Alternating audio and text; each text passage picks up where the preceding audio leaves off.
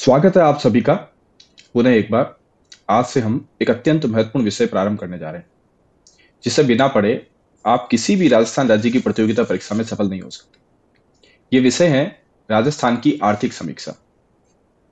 ठीक है, हम इस महत्वपूर्ण विषय को संभवतः दिसंबर के मध्य तक समाप्त करने का प्रयास करेंगे, ताकि आगामी फर्स्ट ग्रेड और आरएस की परीक्षा में आपकी सफलता सुनिश्चित हो सके। तो ज्वाइन करें इसे और इस यूट्यूब चैनल को अपने मित्रों में शेयर करें। ठीक है, धन्यवाद। तो चलिए शुरू करते हैं। सबसे पहले हम देख लेते हैं राजस्थान के आर्थिक विकास के सूचक। तो उसमें जो सबसे पहले टर्म आती है वो है सकल राज्य घरेलू उत्पाद।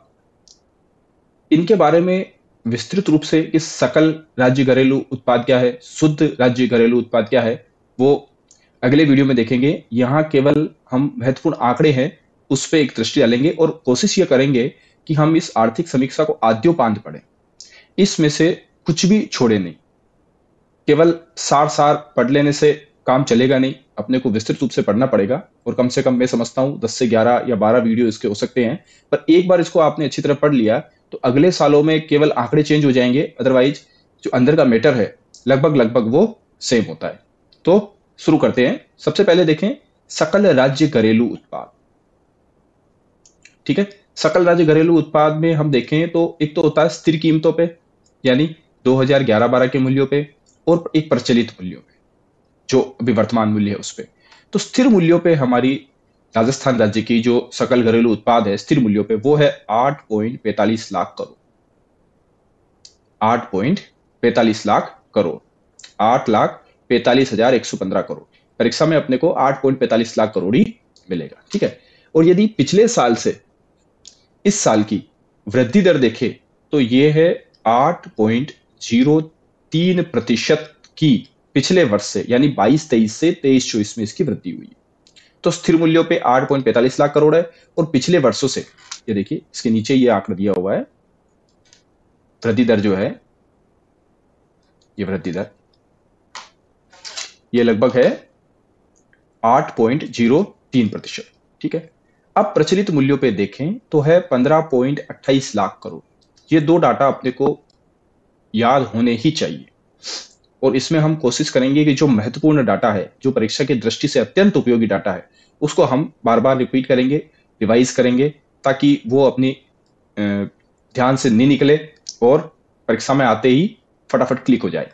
तो स्थिर मूल्यों पे 8.45 लाख करोड़ और पिछले साल से 8.03% की वृद्धि है, और प्रचलित मूल्यों पर 15.28 लाख करोड़, और इसकी जो वृद्धि दर है पिछले वर्ष से वो है 12.56%। यानी स्थिर मूल्यों पे हमारी वृद्धि दर कितनी है, 8.03%, और प्रचलित मूल्यों पे कितनी है, 12.56%। ठीक है, स्थिर मूल्यों पर देखें तो पिछले वर्ष से अधिक रही है, वृद्धि दर पिछले वर्ष से अधिक रही है, और यदि प्रचलित मूल्यों पे देखें तो पिछले वर्ष से कम रही। ठीक है, अब हम जीडीपी में जो विभिन्न क्षेत्र हैं, जैसे कृषि है, उद्योग है, सेवाएं हैं, इनका योगदान हम देख लेते हैं जीडीपी में। सबसे पहले हम देख लेते हैं जीडीपी में स्थिर मूल्यों पर क्या योगदान है। तो देखें हम, कृषि का योगदान वो है 26.21%। 26.21%। उद्योग का जो योगदान है वो है 29.84%, और सेवा का जो योगदान है वो है 43.95%। तो कृषि 26.21%, उद्योग 29.84%, और सेवाएं 43.95%। यह है, पहले हमने स्थिर पे देखा था, यह है प्रचलित। प्रचलित मूल्यों पर क्षेत्रवार योगदान। देखो कृषि का जो है वो 26.72%, यह है प्रचलित, और स्थिर पे हमने देखा था 26.21%। उद्योगों में 28.21%, और स्थिर में हमने देखा था 29.84%। सेवाओं में 45.07%, और स्थिर पे हमने देखा था 43.95%। ठीक है, वापस देख लो एक बार। कृषि का प्रचलित मूल्यों में है 26.72, स्थिर में है 26.21%। उद्योग का 28.21 और 29.84 स्थिर में। सेवाएं 45.07 और स्थिर में है 43.95। इसके बाद सकल हमने देख लिया। शुद्ध राज्य घरेलू उत्पाद, ठीक है, शुद्ध राज्य घरेलू उत्पाद, शुद्ध राज्य घरेलू उत्पाद है 7.40 लाख करोड़, ठीक है, और सकल हमने देखा था 8.45 लाख करोड़, 8.45 लाख करोड़, यह है सकल, ये भी साथ ही लिख लें हम, ठीक है, और यह है 15.28 लाख करोड़, प्रचलित मूल्यों पर है 13.69 लाख करोड़, और सकल में है 15.28 लाख करोड़। सकल राज्य घरेलू उत्पाद में से जब उपभोग की कीमतें निकाल लेते हैं तो वो शुद्ध राज्य घरेलू उत्पाद बनता है। इसको अपन आगे और स्पष्ट करेंगे, ठीक है। तो शुद्ध में हम देखते हैं नेट 7.40 लाख करोड़ स्थिर मूल्यों पर, सकल में हम देखते हैं 8.45 लाख करोड़। शुद्ध में प्रचलित मूल्यों पर हम देखते हैं राज्य की जीडीपी कितनी है 13.69 लाख करोड़, और सकल में राज्य की जीडीपी कितनी है 15.28 लाख करोड़।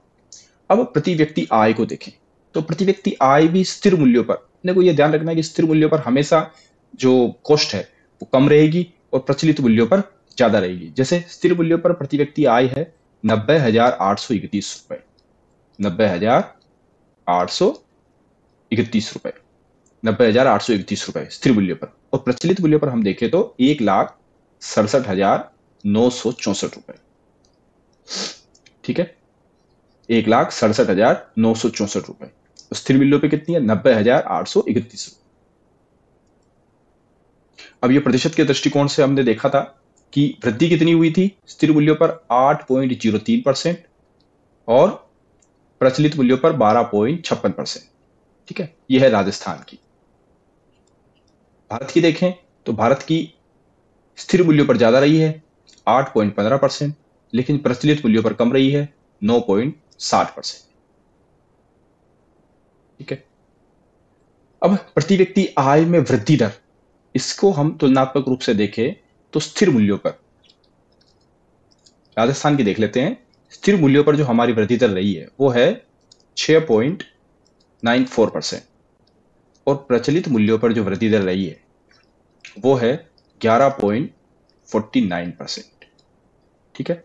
स्थिर मूल्यों पे 6.94% और आय कितनी थी 90,831 रुपए आय थी, और ये थी 1,67,964 964, ये इसकी स्थिर मूल्यों पे प्रति व्यक्ति आय है, और वृद्धि दर रही है 6.94%। प्रचलित मूल्यों पर 1,67,964 आय है और 11.49%। ये आंकड़े अपने को याद करने पड़ेंगे, इसके अलावा और कोई उपचार है नहीं, ठीक है। तो एक पेज के नोट्स हैं ये, एक पेज पे आप इनको लिख लें और बार बार इसको चिपका लें अपने पास, अपनी स्टडी टेबल के पास, और इनको रोज देखें, ये आंकड़े आपको याद हो जाएंगे। अब क्षेत्रवार जो योगदान है वो हम देखें जीडीपी में राजस्थान का, तो यहां हम लिख लेते हैं राजस्थान और यहां हम लिख लेते हैं भारत। सबसे पहले कृषि का देखो, कृषि का राजस्थान में है 26.72% योगदान जीडीपी में, और भारत में कृषि का जीडीपी में योगदान है 17.66%, ठीक है। उद्योग का देखें तो राजस्थान में जो योगदान है वो है 28.21%, और भारत में हम देखें तो लगभग 27.62%।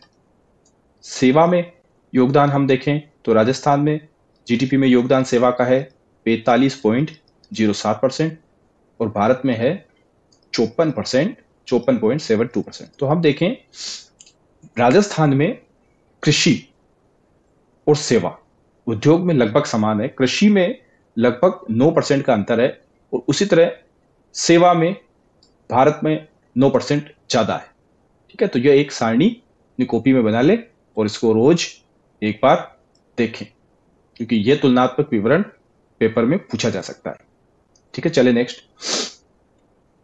अब कुछ भौगोलिक संकेतक हैं, उसको देख लेते हैं हम। जैसे भौगोलिक क्षेत्र, राजस्थान और भारत की तुलना की गई है, तो जैसा हम जानते हैं कि भौगोलिक क्षेत्र 3,42,000 लाख 3.42 लाख वर्ग किलोमीटर हमारा है राजस्थान का, और भारत का है 32,87,000 वर्ग किलोमीटर लगभग। इसका मतलब ये लगभग इसका भारत के क्षेत्रफल का 10% हो गया।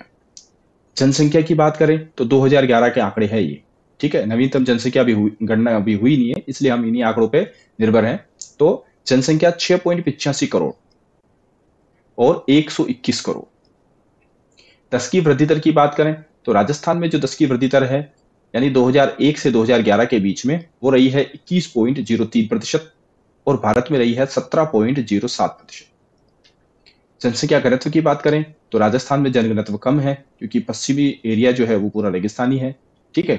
तो यहाँ 200 है जनघनत्व, यानी 1 किलोमीटर में 200 लोग रहते हैं, और भारत में 382 लोग रहते हैं 1 किलोमीटर में। शहरी जनसंख्या का प्रतिशत देखें तो वो भी भारत में ज्यादा है, यहाँ 24.9, लगभग 25% लोग शहरों में रहते हैं, जबकि भारत में हम देखें तो 31.02, लगभग 31.02% लोग शहरों में रहते हैं। अनुसूचित जाति एससी, अनुसूचित शेड्यूल कास्ट, इनका प्रतिशत देखें तो राजस्थान में लगभग 17.8% है, यानी 80% यहाँ ज्यादा है। भारत में है 16.6%, तो लगभग 1% राजस्थान में ज्यादा है। एसटी की बात करें, एसटी की बात करें तो राजस्थान में है 13.5% और भारत में है 8.6%, तो लगभग 5% राजस्थान में ज्यादा है। एससी कितने ज्यादा है राजस्थान में? 1% ज्यादा है लगभग, और एसटी कितने ज्यादा है? 5% ज्यादा है, ठीक है। लिंगानुपात की बात करें तो राजस्थान का लिंगानुपात है 928 और भारत का लिंगानुपात है 943। लिंगानुपात में हम भारत से पीछे हैं। बाल लिंगानुपात की बात करें तो बड़ी शर्मनाक स्थिति है, 888, 0 से 6 वर्ष का जो लिंगानुपात है वो है 888 और भारत में है 919। साक्षरता दर की बात करें तो भी हम भारत से पीछे हैं। हमारे यहाँ साक्षरता दर 66.1% है, जबकि भारत में 73% है। पुरुषों की साक्षरता दर लगभग समान है, 79.2% है, और यहाँ 80.9% है। महिला साक्षरता में हमारी स्थिति बहुत खराब है, हमारे यहाँ केवल 52% महिलाएं साक्षर है, जबकि भारत में 64.6% महिलाएं साक्षर। कार्य सहभागिता दर, यानी 100 में से कितने लोग काम करते हैं, वो देखें तो हमारे यहाँ लगभग 43.6% है, ठीक है, जबकि भारत में ये 39.8% है। तो कार्य सहभागिता दर एक इंपॉर्टेंट क्वेश्चन बनता है, और ये पहले कहीं पूछा हुआ भी है। तो अगर कार्य सहभागिता दर की बात करें तो लगभग 43.6% हमारी कार्य सहभागिता दर है, ठीक है। अब इसमें हम बात करें शिशु मृत्यु दर की, तो शिशु मृत्यु दर प्रति 1000 जीवित जन्म पर 32 हमारे यहाँ मृत्यु हो जाती है बच्चों की, और भारत में 28 बच्चों की मृत्यु होती है।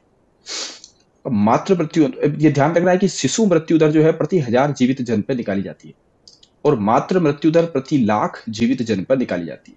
तो प्रति 1000 में है 32 शिशु मृत्यु दर, और मातृ मृत्यु दर जो है वो है 113, यानी 1 लाख पर 113 माताएं बच्चों को जन्म देते हुए मृत्यु को प्राप्त होती है, और यहाँ है भारत में 97 माताएं, ठीक है। तो इस दृष्टिकोण से हम देखें तो हमारे यहाँ शिशु मृत्यु दर और मातृ मृत्यु दर ज्यादा है, जिसको कम करने की आवश्यकता है। जन्म के समय जीवन प्रत्याशा लगभग समान है, यहाँ 69.4 वर्ष और यहाँ है 70। तो महत्वपूर्ण एक बार वापस देख लो, भौगोलिक क्षेत्र में देखें तो 3.42 लाख या 32.87 लाख, ठीक है। 10 की वृद्धि दर 21.3%, 17.7%। जनघनत्व 200 और भारत में है 382। शहरी जनसंख्या का परसेंट 24.9%, 31.2%। अनुसूचित जाति राजस्थान में 17.8%, भारत में है 16.6%। अनुसूचित जनजाति राजस्थान में है 13.5% और भारत में है 8.6%। लिंगानुपात यहाँ 928 है राजस्थान में, भारत में है 943। बाल लिंगानुपात राजस्थान में 888, जबकि भारत में 919। और साक्षरता दर में हम देखें तो हमारे यहाँ साक्षरता है 66.1%, भारत में है 73%। साक्षरता दर पुरुष तो 79.2 और वहाँ 80.9%। यहाँ राजस्थान में महिला साक्षरता है 52.1% और जबकि भारत में है 64.6%। कार्य सहभागिता दर हमारे यहाँ 43.6% है, भारत में है 39.8%। शिशु मृत्यु दर 32 है, जबकि भारत में 28 है। मातृ मृत्यु दर यहाँ 113 है, जबकि भारत में 97 है। जीवन के समय आयु, यानी बच्चा जब जन्म लेता है उस समय जो है जीवन प्रत्याशा, जीवन कितना जीवन जीता है आदमी, वो उसका औसत है 69.4 ईयर्स। ठीक है, और यहाँ है 70 ईयर्स। अब हम देखें आगे तो दो टर्म्स आती हैं, एक तो थोक मूल्य सूचकांक, एक उपभोक्ता मूल्य सूचकांक। तो सबसे पहले हम थोक मूल्य सूचकांक को देख लेते हैं। तो ये क्या करता है, जो भी वस्तु और सेवा की कीमतें हैं, ठीक है, वस्तुओं की कीमतें हैं, उनको परिवर्तित करने के लिए व्यक्त करता है, उनका मापन करता है। ठीक है, थोक मूल्य में समझ गए कि थोक यानी बल्क में जो सामान होता है उनकी कीमतों में क्या परिवर्तन है, उसके आधार पर इसका मापन किया जाता है। इसका आधार वर्ष है 99 2000, आधार वर्ष है 99 2000। ठीक है, 1999 2000। इसमें प्राथमिक वस्तुएं, ईंधन, शक्ति, प्रकाश और विनिर्मित उत्पाद शामिल होते हैं। अखिल भारतीय स्तर पर आधार वर्ष 2011-12 है, हमारे यहाँ 1999-2000। ठीक है, इनको भी विस्तृत रूप से आगे हम देखेंगे। उपभोक्ता मूल्य सूचकांक, ठीक है, कोई भी परिवार, उपभोक्ता जो भी वस्तु और सेवा खरीदता है उसकी खुदरा कीमत, यह थोक कीमत है। ठीक है, ये हमेशा व्यापारी की कीमत होती है, जो व्यापारी थोक व्यापारी कीमत चुकाता है वो है। और ये उपभोक्ता मूल्य सूचकांक जो परिवार कीमत चुकाता है, वस्तु और सेवा की खुदरा कीमत है ये। ठीक है, इसका आधार वर्ष है 2016। आधार वर्ष कितना है इसका, 2016। और इसके जो मापन के केंद्र है वो 3 है, अलवर, भीलवाड़ा और जयपुर। ठीक है, थोक मूल्य सूचकांक आधार वर्ष 99-2000। इसमें प्राथमिक वस्तुएं, ईंधन, शक्ति, प्रकाश और विनिर्मित उत्पाद आते हैं। अखिल भारतीय स्तर पर 2011-12 है, हमारे यहाँ 99-2000। उपभोक्ता मूल्य सूचकांक परिवार जो वस्तु और सेवा खरीदती है उसकी खुदरा कीमत है। ठीक है, उसके आधार पर मापन किया जाता है। आधार वर्ष 2016 है और केंद्र है इसके अलवर, भीलवाड़ा और जयपुर। अब ये कुछ योजनाएं हैं वो देख लें हम। सबसे पहले हम देख रहे हैं प्रधानमंत्री कृषि सिंचाई योजना। प्रधानमंत्री कृषि सिंचाई योजना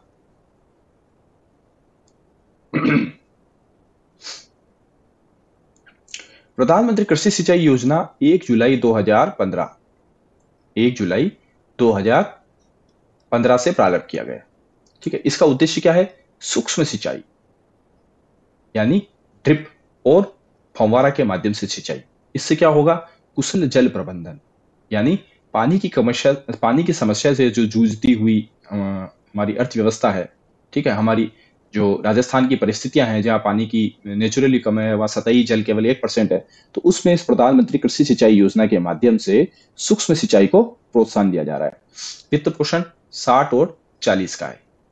ठीक है, केंद्र और राज्य 60 और 40 के अनुपात में योगदान देते हैं।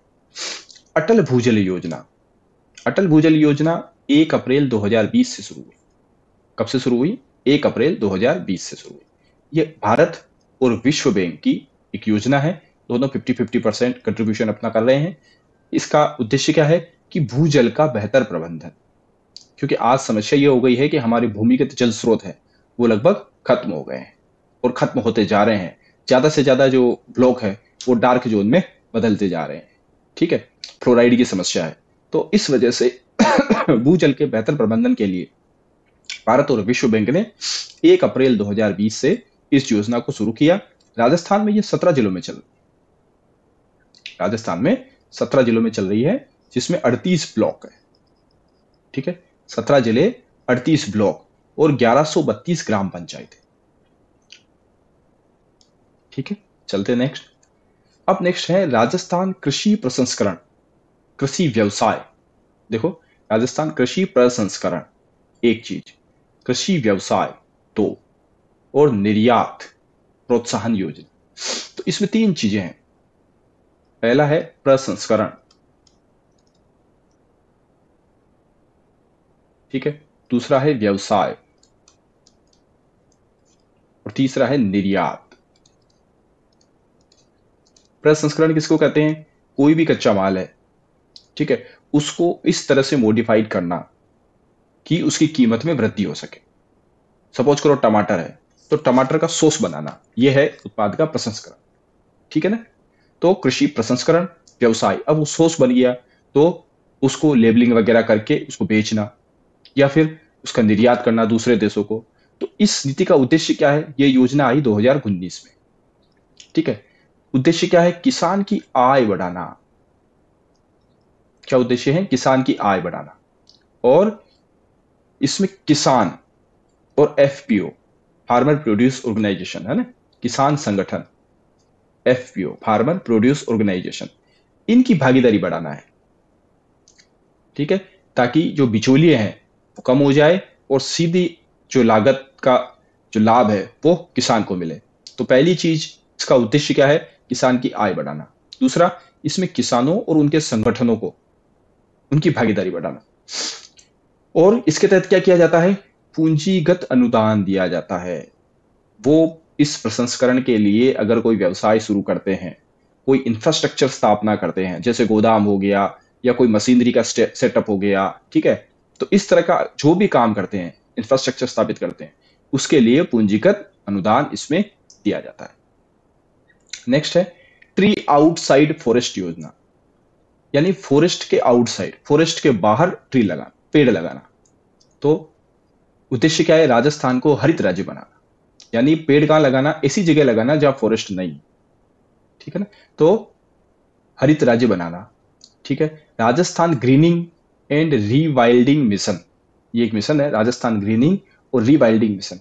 इसके तहत 2023-24 में यह योजना शुरू की गई है। ये नई योजना है, 2023-24 में शुरू की गई है। इसका उद्देश्य क्या है? पारंपरिक वनों के बाहर, जैसे कहा ना, पारंपरिक वनों के बाहर वृक्ष आच्छादन को बढ़ाना, कवरेज को बढ़ाना, पेड़ लगाना। ठीक है, इससे क्या होगा? वन क्षेत्रों के बाहर भी क्या होगी? हरियाली बढ़ेगी। वन क्षेत्रों के बाहर भी हरियाली इससे बढ़ेगी। और इसके तहत क्या करेंगे हम? विभिन्न विभाग और संस्थान, एनजीओ वगैरह, नागरिक वगैरह, सबकी मदद से हर साल कितने करोड़? 5 करोड़, हर साल 5 करोड़ पौधे लगाना, ये लक्ष्य है साहब इसका। तो 2023-24 की योजना है, राजस्थान ग्रीनिंग और रीवाइल्डिंग मिशन के तहत है ये योजना। पारंपरिक वन से बाहर पेड़ लगाना है। इसमें विभाग, संस्थान, नागरिक, एनजीओ सारे लोग मदद करेंगे और हर साल कितने करोड़ पेड़ लगाएंगे? 5 करोड़ पेड़ लगाएंगे। नेक्स्ट देखें, उद्योग, खान खनीज, तेल। तो उद्योग को देखें हम, उद्योग स्थिर मूल्यों पर इसकी जो वृद्धि देखी गई है, देखो सबसे पहले तो प्रचलित मूल्यों पर इसका योगदान कितना है? 28.21%।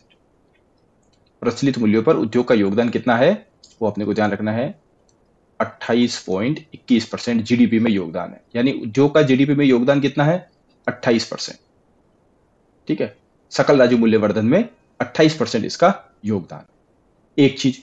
दूसरा, इसमें वृद्धि कितनी पिछले साल से? स्थिर मूल्यों पे, स्थिर मूल्यों पे अगर इसकी वृद्धि देखें तो वो है लगभग 12.43%। ये पिछले साल से इस साल की वृद्धि है। ठीक है ना, 23-24 के दौरान, 23-24 के दौरान 470 पंजीकरण पोर्टल पर कुल 4,70,000 एमएसएमई पंजीकृत है। कुल कितने एमएसएमई पंजीकृत है? 4,70,000 एमएसएमई इकाइयां पंजीकृत है, और जिससे लगभग 22.59 लाख लोगों को रोजगार मिल रहा है। तो एमएसएमई हमारे लिए कितना इंपॉर्टेंट है वो हम देखें तो 4.70 लाख इकाइयों में, ये पंजीकृत है, गैर पंजीकृत की बात अपन कर नहीं रहे हैं, तो इन इकाइयों में लगभग 22.59 लाख लोग जो है वो रोजगार पा रहे हैं। तो प्रचलित मूल्यों पर योगदान 28.21% है। ठीक है, और वृद्धि दर कितनी है पिछले साल से? यानी पिछले साल की जो कीमत रही है, ये देखिए शुरू की स्लाइड में हमने देखा था, यहाँ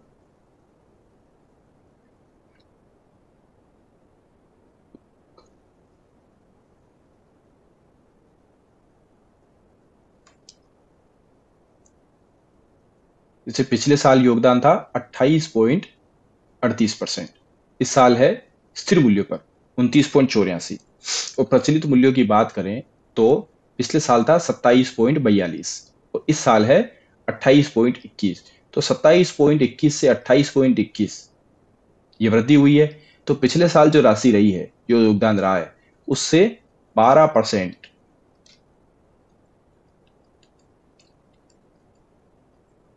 12.43% अधिक रही है। ठीक है। अब रिको है, इसने रिको के द्वारा 10 नए औद्योगिक क्षेत्रों को खोला गया है। ये आज का जो टॉपिक हम पढ़ रहे हैं, ये एक केवल सरसरी दृष्टि से सारी चीजों को देख रहे हैं। जो शुरू के 15 से 20 पेज हैं, वो उसका हम देख रहे हैं, वरना हम कृषि, उद्योग, सेवा सबको एक एक करके अलग अलग भी पढ़ेंगे। तो रिको ने 10 नए औद्योगिक क्षेत्रों को खोला है। ये सारी चीजें वापस आएगी, इससे अपने को याद करने में भी सुविधा हो जाएगी और समझने में आसानी रहेगी। तो रिको जो है, उसने 10 नए औद्योगिक क्षेत्र खोले हैं। वो कहाँ कहाँ है देखो, ओशिया जोधपुर, उमरिया झालावाड़, राजास नागौर, कुंज बिहारीपुरा जयपुर, नाडोल पाली, धर्मपुरा बाड़मेर, नेरवा बूंदी, बरकाना पाली, मालकीटूस मालकीटूस उदयपुर और मालवा का चोरा उदयपुर। ठीक है, ये रिको ने विकसित किए। अब रिको ने कुछ विशेष पार्क भी विकसित किए। उसमें देखो, medical device park. Medical device park कहाँ है? बोरानाड़ा जोधपुर में। Medical device park Boranada Jodhpur में। और integrated resource recovery park, integrated resource recovery park, यह है जमवा रामगढ़ थोलाई जयपुर में। ठीक है, ये दो तो विशेष पार्क है। Medical device park Boranada Jodhpur में है और integrated resource recovery park Jamwa Ramgarh में है, थोलाई जयपुर में। और एक विशेष अन्य है sports goods and toy zone, जो खेल के सामान है और खिलौने हैं उनका खुसखेड़ा में, भिवाड़ी। ठीक है, नेक्स्ट अपनी योजना है मुख्यमंत्री लघु वाणिज्यिक वाहन स्वरोजगार योजना। मुख्यमंत्री लघु वाणिज्यिक यानी छोटे व्यापारिक वाहन स्वरोजगार। अब 18 से 45 वर्ष की आयु के जो लोग हैं उनके लिए है। आवेदन कौन कर सकता है? आवेदन कर सकता है कि ऐसा कोई व्यक्ति जिसकी आयु 18 से 45 लाख है और उस वाहन की कीमत कितनी होनी चाहिए? 15 लाख तक कीमत होनी चाहिए। ठीक है, 15 लाख तक की कीमत होनी चाहिए। अब ऑन रोड जो कीमत है, सपोज करें 15 लाख है, तो उसका 10%, जैसे 1.5 लाख हो गया, अथवा 60,000, जो भी कम है, तो कुल मिला के 60,000 रुपए का अनुदान उसको मिलेगा। 10 लाख तक का भी है तो भी 60,000 रुपए अनुदान मिलेगा। ये कब आई योजना? 11 अक्टूबर 2022 को। 11 अक्टूबर 22 को ये योजना अधिसूचित हुई। और 18 से 45 वर्ष का आयु का कोई आदमी 15 लाख तक का अगर कोई वाहन खरीदना चाहता है तो उसको ऑन रोड कीमत का 10%, ठीक है, 10% या 60,000 रुपए, जो भी कम हो वो अनुदान मिलेगा। नेक्स्ट है डॉक्टर भीमराव अंबेडकर राजस्थान दलित आदिवासी उद्यम प्रोत्साहन योजना 2022। ठीक है, डॉक्टर भीमराव अंबेडकर दलित आदिवासी उद्यम प्रोत्साहन, तो दलित और आदिवासियों के लिए है। कब आई ये योजना? 8 सितंबर 22 को अधिसूचित हुई है। कब हुई है? 8 सितंबर 22 को। SC ST के जो आवेदक है, तो अगर वो ऋण लेते हैं, ठीक है, ऋण के लिए आवेदन करते हैं, कोई उद्यम स्टार्ट करते हैं, तो अगर वो ऋण लेते हैं और 25 लाख रुपए तक का ऋण लेते हैं, तो इस पर उनको 9% ब्याज सब्सिडी मिलेगी, यानी ब्याज पे 9% की छूट मिलेगी। ठीक है, और 25 लाख से 5 करोड़ रुपए तक का अगर लोन है, 25 लाख से 5 करोड़, तो फिर 7%। और 5 से 10 करोड़ तक का अगर लोन है तो उस पे 6% तक ब्याज अनुदान मिलेगा। तो 25 लाख तक का है तो 9%, ठीक है, 25 लाख से 5 करोड़ तक का है तो 7%, और 5 करोड़ से 10 करोड़ तक का है तो 6% ब्याज अनुदान मिलेगा। अब परियोजना लागत जो है उसका 25% अथवा 25 लाख रुपए, जो भी कम है, वो आवेदक को देय होगी। मार्जिन मनी का अनुदान भी मिलेगा साहब इसमें। मार्जिन मनी वो है जो आपको देनी पड़ती है। जैसे आप कोई लोन ले रहे हैं, आप कोई व्यवसाय शुरू करना चाह रहे हैं, सपोज करें कोई गाड़ी लिया आपने, तो गाड़ी ली तो आपको 1 लाख 10 लाख रुपए की गाड़ी है, तो 2 लाख रुपए आपको भी देनी पड़ेगी अपनी तरफ से, तो वो 2 लाख रुपए आपकी मार्जिन बनी। ठीक है, 8 लाख का लोन हो गया, 2 लाख रुपए आपने दिए, तो 2 लाख रुपए आपकी मार्जिन बनी। तो इस प्रकार 25% या 25 लाख रुपए जो भी है, तो मार्जिन मनी पे भी अनुदान देंगे। तो SC ST के लिए है, 8 सितंबर 22 से शुरू हुई है, 25 लाख रुपए तक का लोन लोगे तो 9% ब्याज अनुदान मिलेगा। 25 लाख से 5 करोड़ रुपए तक का लोन लोगे तो 7% मिलेगा, और 5 करोड़ से 10 करोड़ तक का लोगे तो 6% मिलेगा। इसके अलावा जो लागत है उसका 25% या 25 लाख रुपए जो भी है, वो जो भी कम है, उस वो मार्जिन मनी का अनुदान भी मिलेगा इस पे। नेक्स्ट हम देखें राजस्थान निवेश प्रोत्साहन योजना। राजस्थान में ज्यादा से ज्यादा निवेश हो उसके लिए प्रोत्साहित करना, यानी राजस्थान में ऐसे व्यवसायों को आमंत्रित करना, ठीक है, उनको प्रोत्साहन करना निवेश के लिए। तो उस लिए ये योजना शुरू हुई 2022 में। कब हुई? 7 अक्टूबर 2022 को। तो राज्य में तीव्र, स्थायी और संतुलित औद्योगिक विकास। ठीक है, कैसा विकास? तीव्र, स्थायी और संतुलित। तो 2019 शुरू की गई थी इसके लिए, और ये योजना जो है वो इसी को और अधिक व्यापक बनाई।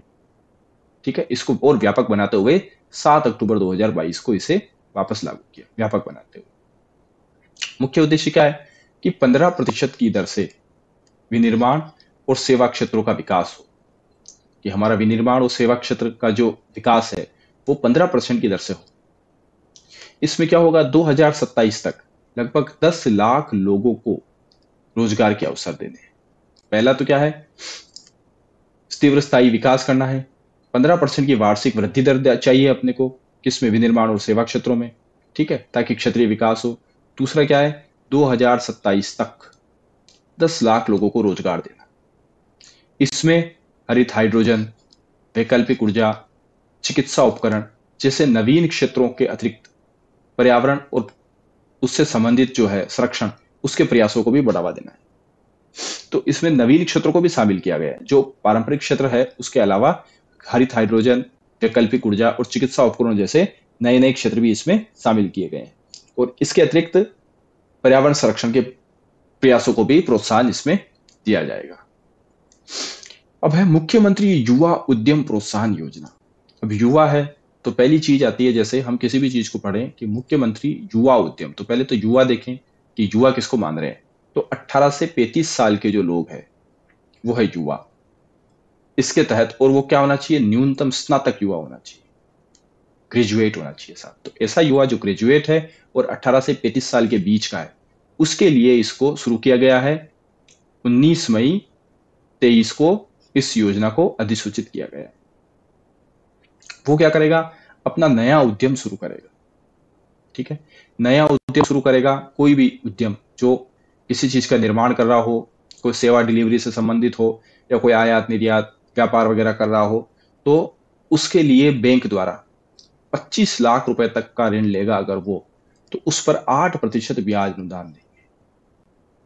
ठीक है, और 25 लाख से ज्यादा और 1 करोड़ तक की अगर राशि है, 25 लाख से 1 करोड़, तो 6% ब्याज अनुदान देंगे। ये भी एक ब्याज अनुदान की स्कीम है। ठीक है, ये भी क्या है? एक ब्याज अनुदान की स्कीम है। और इसमें 18 से 35 साल के युवा जो है, स्नातक युवा, उनको उद्यमी मान के अगर वो कोई लोन योजना या कोई निर्माण या कोई उद्यम शुरू करना चाहते हैं, कोई व्यवसाय शुरू करना चाहते हैं, तो 25 लाख तक का लोन लेंगे तो 8% ब्याज अनुदान मिलेगा, और 25 लाख से 1 करोड़ तक का लोन लेंगे तो 6% ब्याज अनुदान उनको दिया जाएगा। अब है मुख्यमंत्री लघु उद्योग प्रोत्साहन। ये थी मुख्यमंत्री युवा उद्यम प्रोत्साहन। ठीक है, ये युवा उद्यम थी। अब है लघु उद्योग, छोटे उद्योगों के लिए, छोटे छोटे, है ना, छोटे छोटे उद्योगों के लिए। तो छोटे उद्योगों के लिए क्या होगा साहब? छोटे उद्योगों के विस्तार। पहला तो है उसके विस्तार, प्लस उसको आधुनिकीकरण करना, आधुनिक बनाना।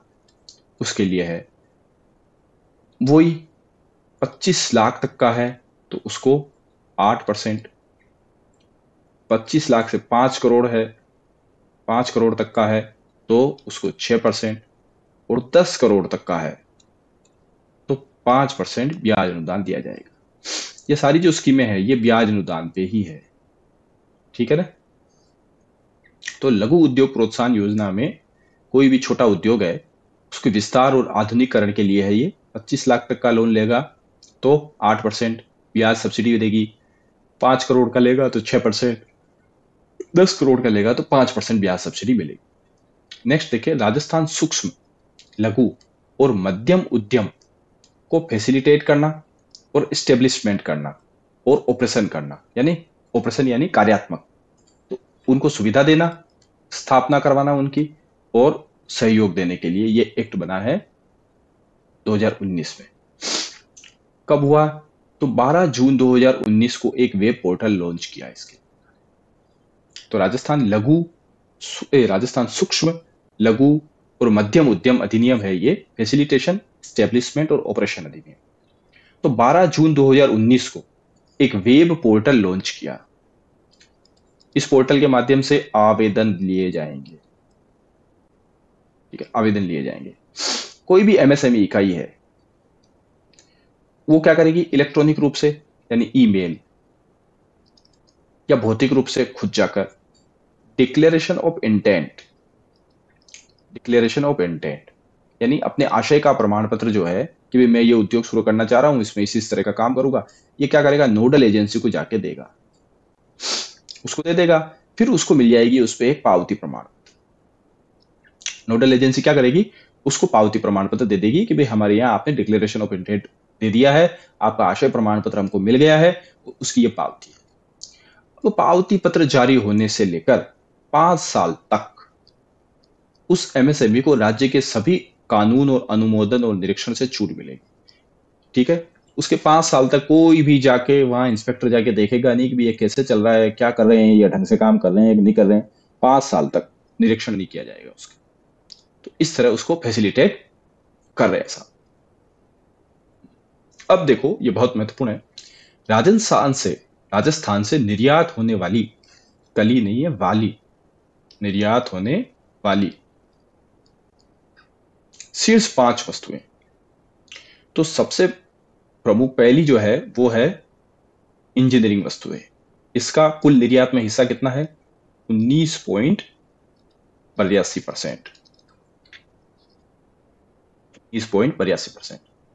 दूसरा है रत्न और आभूषण, इनका कितना हिस्सा है, 13.36%। 13.36%। थर्ड है हमारा धातु, उसका है 11.78%। यह धातु, ठीक है, ये धातु, ये रत्न। इसके बाद है कपड़ा, कपड़ा है 10.54% और हस्तशिल्प है उसके बाद, ठीक है, हस्तशिल्प है 9.54%। ये कपड़ा है और ये हस्तशिल्प है। तो ये कुल निर्यात में इनका योगदान लगभग कितना हो गया, 65% योगदान।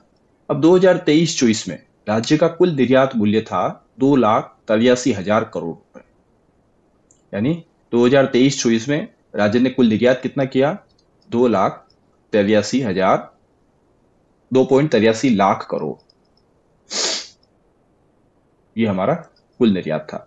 इसमें से 65% इन 5 का था, जिसमें पहला इंजीनियरिंग है 19.82, दूसरा रत्न और आभूषण है 13.36, तीसरा धातु है 11.78, चौथा कपड़ा है 10.54 और पांचवा हस्तशिल्प है 9.54%। नेक्स्ट योजना हमारी है मुख्यमंत्री युवा संबल योजना, ठीक है। ये क्या है, ये मुख्य रूप से एक बेरोजगारी भत्ता देने की योजना है। इसमें हम देखते हैं कि ये पुरुष जो है उनको देंगे 4,000 रुपए और महिला, ट्रांसजेंडर और कोई विशेष योग्यजन है उनको देंगे 4,500 रुपए प्रति माह, ठीक है, 4,500 रुपए प्रति माह बेरोजगारों को देंगे। अधिकतम देंगे 2 साल, 2 साल से ज्यादा देंगे भैया, 2 साल तक देंगे, या फिर साल 1.5 साल में अगर कोई विनियोजित हो जाते हैं तो फिर बंद कर देंगे। अब क्या करेंगे, ऐसा ही नहीं देंगे, उनको 3 महीने का कौशल प्रशिक्षण लेना पड़ेगा। 3 महीने का सरकार के द्वारा कोई कौशल प्रशिक्षण होगा, वो लेना पड़ेगा। ठीक है। अब क्या होगा, बेरोजगारी भत्ता प्राप्त करने के लिए अनिवार्य रूप से रोज 4 घंटे की इंटर्नशिप करनी होगी। कहाँ करनी होगी, सरकारी विभागों में। तो पहला पुरुष को देंगे 4,000 रुपए, महिला, ट्रांसजेंडर और विशेष योग्यजन को देंगे 4,500 रुपए, 2 साल तक ही देंगे। 3 महीने का कौशल प्रशिक्षण लेना पड़ेगा और रोज 4 घंटे की इंटर्नशिप करनी पड़ेगी। नेक्स्ट देखें, Rajasthan institute for transmission and innovation, जैसे नीति आयोग है वैसे के वैसे इन्होंने रीति आयोग बनाया है। रीति आयोग, ठीक है, रीति आयोग की स्थापना की है। और कब हुई है ये, 3 मार्च 2024 को। बहुत ही महत्वपूर्ण दिनांक है, यह कहीं ना कहीं पूछेंगे निश्चित रूप से। तो रीति आयोग की स्थापना हुई है 3 मार्च 2024 को। ये मुख्यमंत्री आर्थिक सुधार और सलाहकार परिषद थी। पहले मुख्यमंत्री आर्थिक सुधार और सलाहकार परिषद थी, उसके स्थान पर इस रीति आयोग की स्थापना की है 3 मार्च 2024 को। लिखें अपन 3 मार्च 24 को RITI Aayog. RITI R Rajasthan, I institute for transformation in innovation. TI क्या है, ट्रांसफॉर्मेशन और इनोवेशन। ठीक है। अब ये नीति आयोग की तर्ज पे काम करेगा साहब। नीति आयोग क्या करेगा, तो पहली चीज तो है नीति आयोग की तर्ज पे काम करेगा। दूसरा की पॉइंट है इसमें, विकसित राज्य बनाएगा। राजस्थान को क्या बनाना, विकसित राज्य बनाना। ठीक है। उसके लिए क्या करेगा, विकसित राज्य बनाने के लिए रोड मैप तैयार करेगा। अब नीति आयोग के कार्य देखो, पहली चीज जो है वो है, जो भी संसाधन हमारे पास है, राजस्थान के पास है, चाहे वो भौतिक हो, खान खनीज हो, पैसे टके हो, कर वगैरह हो, जनशक्ति हो, ठीक है, उसका पहले तो अनुमान लगाएगा। तो संसाधनों का अनुमान लगाएगा और उसके उपयोग की नीति तैयार करने के लिए सुझाव देगा। तो पहला काम क्या है कि जो भी संसाधन है हमारे पास उसका अनुमान लगाएगा और फिर उन अनुमानों के अनुसार कि भाई इन संसाधनों का कैसे उपयोग करें, इसके संबंध में नीति बना के सुझाव देगा। पहली चीज। दूसरी, राष्ट्रीय एजेंडा के जो उद्देश्य है, ठीक है, उनके साथ साथ राज्य की आवश्यकताओं को ध्यान में रखेगा। हमारे जो संसाधन और क्षमता है उनको ध्यान में रखेगा। इसके आधार पर अल्पकालिक और दीर्घकालिक उपाय देगा, जिससे क्या होगा, क्षेत्रीय असंतुलन को दूर करने का प्रयास है। तो राष्ट्रीय एजेंडों के साथ राज्य की आवश्यकता, संसाधन और क्षमताओं को ध्यान में देगा और अल्पकालीन और दीर्घकालीन उपाय बताएगा। इससे क्या हो कि क्षेत्रीय असंतुलन कम हो। नेक्स्ट क्या है, एसडीजी को ध्यान में रखेगा। सतत विकास लक्ष्य जो है उसको ध्यान में रखकर योजना निर्माण में सुझाव देगा विभागों को। ठीक है। ये एक संकल्प पत्र निकला है, आपनो अग्रणी राजस्थान संकल्प पत्र 2023। एसडीजी और आपनो अग्रणी राजस्थान संकल्प पत्र 2023 को ध्यान में रखकर योजना निर्माण करेगा। एक विजन 2047 का निर्माण करेगा। ठीक है। अब जो भी योजनाएं संचालित हो रही है, जो भी योजना और कार्यक्रम संचालित हो रहे हैं, चल रहे हैं, उनकी समीक्षा करेगा, मूल्यांकन करेगा और सुधार के सुझाव देगा। नेक्स्ट क्या है, राष्ट्रीय और अंतरराष्ट्रीय स्तर पर जो भी सफल नीतियां चल रही है या सफल सिद्धांत है, उनका अध्ययन करके राज्य में उनको कैसे लागू करें, इसके संबंध में सुझाव देगा। आम जन के जीवन स्तर को सुधार करने के लिए तंत्र का विकास करेगा। आम जन के जीवन स्तर में कैसे सुधार करना है, इसके लिए एक तंत्र का विकास करना और आर्थिक और सामाजिक विकास में जो अवरोध है, जो बाधाएं हैं, ऐसे कारकों को चिन्हित कराएगा। ठीक है। पीपीपी मॉडल के आधार पर संसाधनों के अनुकूलतम उपयोग के लिए सुझाव देगा।